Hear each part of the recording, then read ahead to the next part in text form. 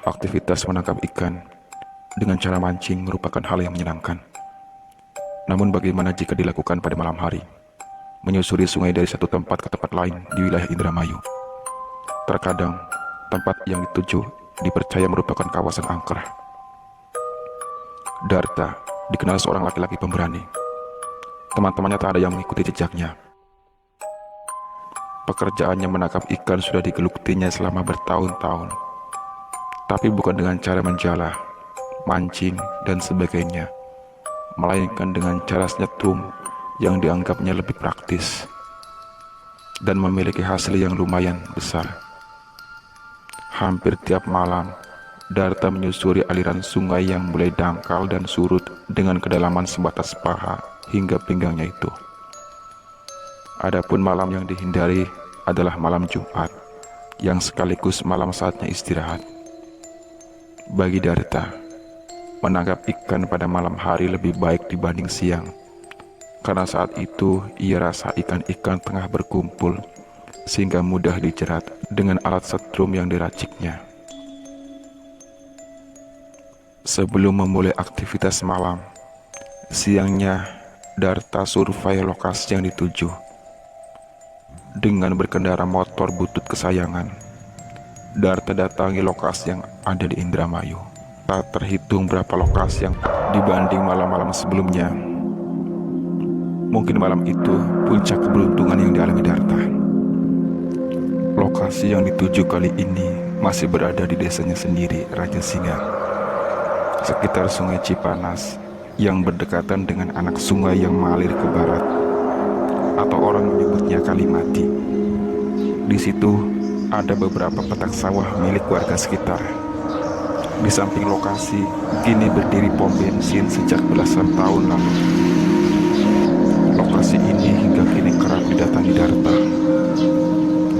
Namun kejadian malam itu adalah yang pertama baginya menginjakan kaki di situ dan membawanya pada pengalaman tak terlupakan seumur hidupnya. Sebelumnya Darta mendengar sebuah mitos jika lokasi tersebut dihuni sosok siluman ular berwujud wanita.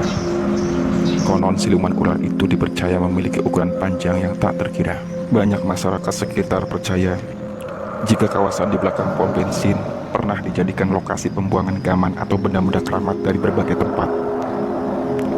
Jika tak heran, makhluk halus gemar bersemayam di situ. Banyak orang pintar yang tak mampu menaklukkan atau mengambil benda-benda gaib tersebut. Ada cerita yang menyebutkan jika dulu penduduk sekitar sempat melihat ular raksasa seukuran drum dengan panjang luar biasa. Hal ini diketahui saat itu saking panjangnya sampai-sampai kepala ular berada di sungai belakang puskesmas hingga memanjang jauh ke utara. Hal ini seperti yang dilihat beberapa orang pencari kerang pada malam hari. Dalam waktu bersamaan, para pencari kerang berada di lokasi berbeda. Ada yang berada di sungai belakang puskesmas di bagian tengah, dan yang ketiga berada di sekitar kawasan pulau, tepatnya di belakang pabrik tahu Ludoyong Selatan. Di malam yang sama itu, para pencari kerang, diantaranya Pak Wardi, terkejut saat tengah berendam mencari kerang di sungai Cipanas yang tak begitu dalam saat itu, menyentuh benda besar dan panjang tak terkira dari dalam sungai. Sontak para pencari kerang pun segera naik ke darat dan berlarian meninggalkan lokasi. Bahkan di antara mereka, saking paniknya, ada yang berlari ke seberang timur atau seberang wetan yang jauh dari rumahnya. Esoknya mereka saling bercerita tentang apa yang dialami semalam. Ternyata diketahui ketiga pencari kerang malam itu mengalami hal serupa, sehingga mereka menyimpulkan jika panjang ular itu luar biasa. Dari sungai belakang puskesmas hingga sungai bagian utara di sebuah tikungan blok pulau. Hal ini juga membenarkan jika mitos ular siluman penunggu sungai Cipanas itu benar-benar ada. Demikian cerita yang didengar Darta berdasarkan pengalaman warga Trisi dan sekitarnya. Namun bukan Darta namanya jika harus gentar dengan hal-hal semacam itu. Saat mulai aktivitas rutinnya malam itu, tak ada firasat apapun. Cuaca sangat cerah. Meski malam kian larut, udara dingin yang biasa menerpa saat itu tak terasa.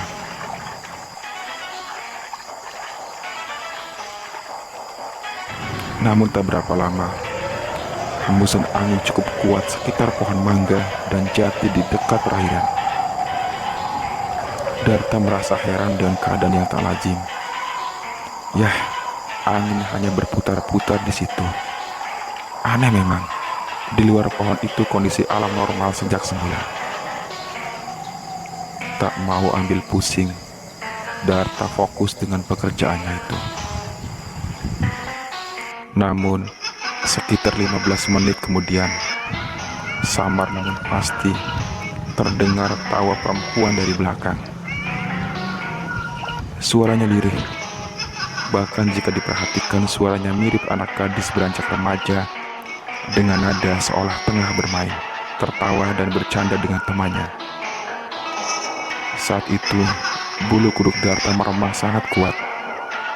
Ia sudah menduga siapa wanita di belakang dan mulai teringat pesan dari orang tua. Jika mendengar seperti itu saat mencari ikan, jangan sekali-kali menengok ke belakang. Biarkan makhluk itu mengikuti dan jangan takut. Yang penting kita jangan lupa melemparinya dengan ikan-ikan yang kita peroleh sehingga kita tidak diganggu. Darta beranggapan apa yang dilakukannya adalah sama-sama mencari makan. Saat mendapatkan ikan kecil, ikan itu pun dilemparkannya ke belakang tanpa menengok sedikit pun. Ya, menurut kepercayaan, ikan yang dilempar itu langsung disambar sosok Kunti yang memang gemar menyantap daging ikan. Konon, cara menyantapnya pun dari kepala hingga bagian tubuh yang lain.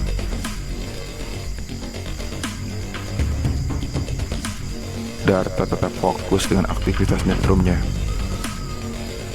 Dan jika yang didapat ikan besar, langsung dimasukkan ke dalam wadah jerigen yang telah disediakan.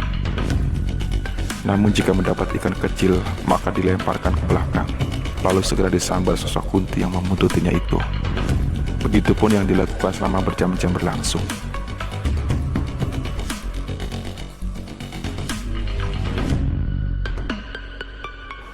Saat itu keanehan timbul. Banyak ikan atau belut begitu mudahnya didapatkan. Mereka seolah-olah terdorong keluar ke permukaan air, sehingga dengan mudah dan terus-terusan Darta mendapat untung. Saking banyaknya ikan yang didapat, sehingga 2 jerigen Darta sudah penuh ikan. Tidak itu saja, 2 jerigen lain diambil untuk wadah ribuan ikan besar dan kecil, sehingga 4 jerigen semuanya terisi penuh.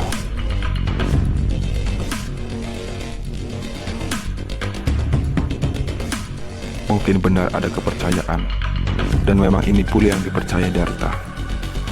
Jika keberuntungan yang luar biasa malam itu tak lepas dari pengaruh gaib sosok Kunti di belakangnya.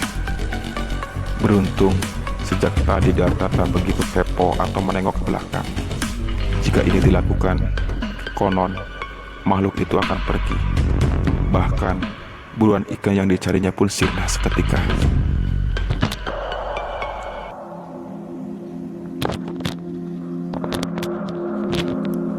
Setelah dirasa cukup banyak dengan keberuntungan luar biasa, Darta pun segera menyudahi aktivitasnya lalu naik ke daratan. Tak lupa, ia berkata pada sosok yang tak terlihat, namun yakin ada di sekitar, dengan ucapan terima kasih atas kebaikan yang diperoleh. Meski dalam hati Darta tetap berkeyakinan bahwa hakikat rezeki dari Allah SWT.